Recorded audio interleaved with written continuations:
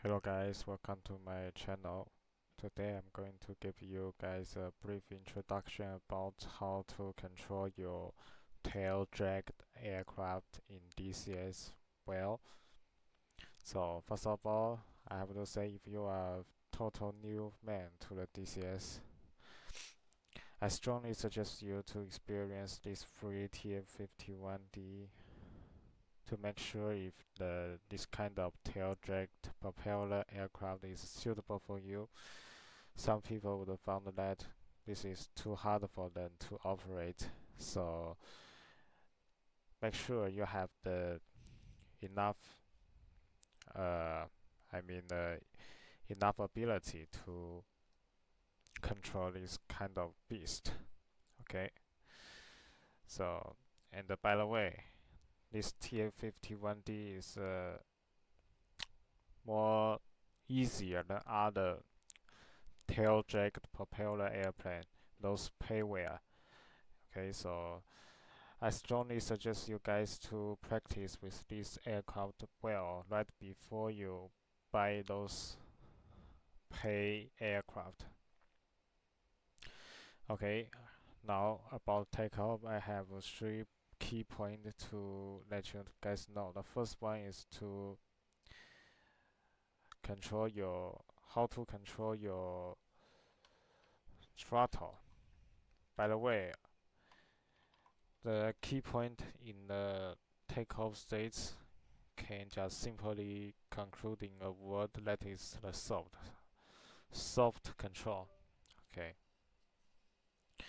so first of all, it's about the throttle. You need to control your throttle softly. Why?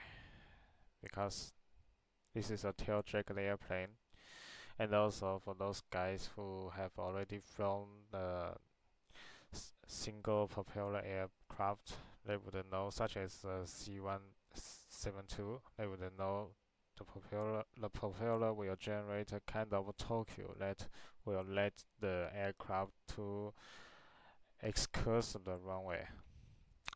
For example, the TF51D, this aircraft with a excurse the runway to a left if you don't control your throttle nicely during the takeoff states. Okay, let me give you an example.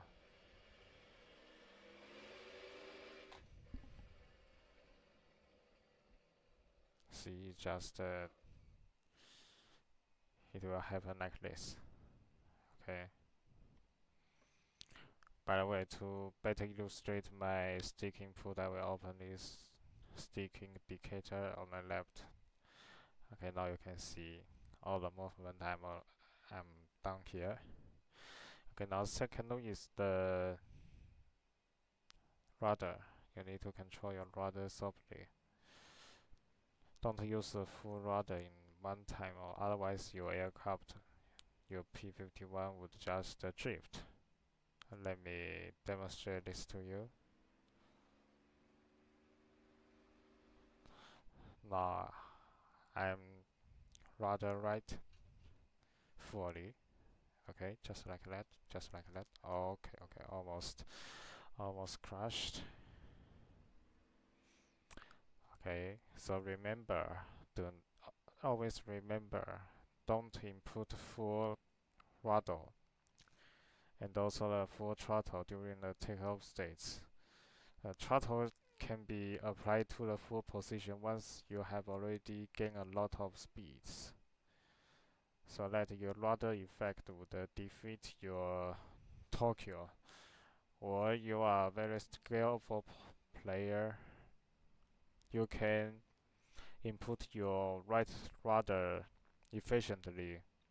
Then you can try the full throttle during the takeoff roll. And the third soft is the stick, especially the elevator. I strongly suggest you guys to not pull the elevator first on your first time when you're flying this kind of tail dragged aircraft, because the tail dragger aircraft has already have a relatively high pitch angle. So if you don't elevate your aircraft suitably, the aircraft it would cause a much higher angle of attack than the conventional aircraft.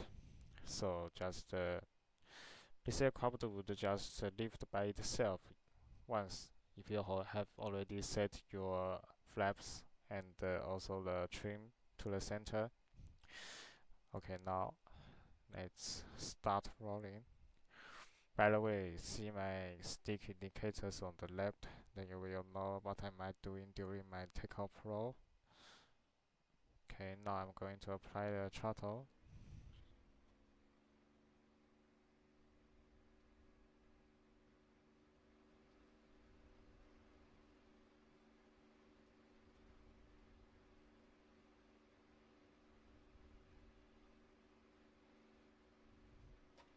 Positive climb, gear up.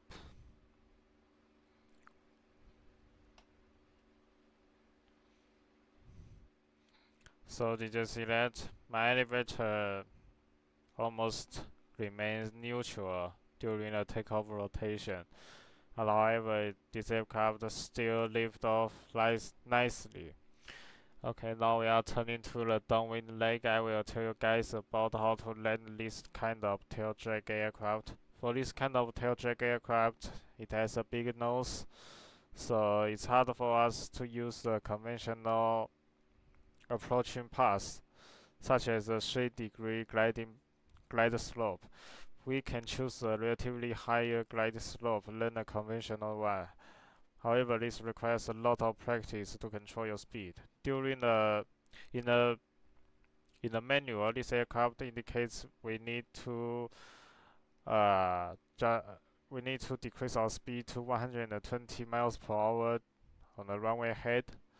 However, so you need to control your speed in about approximately 150 miles per hour during the approaching. So now I'm going to release my gear and see how to control aircraft during a steep glide slope. Right now you can see I have already rudder right in order to increase the drag.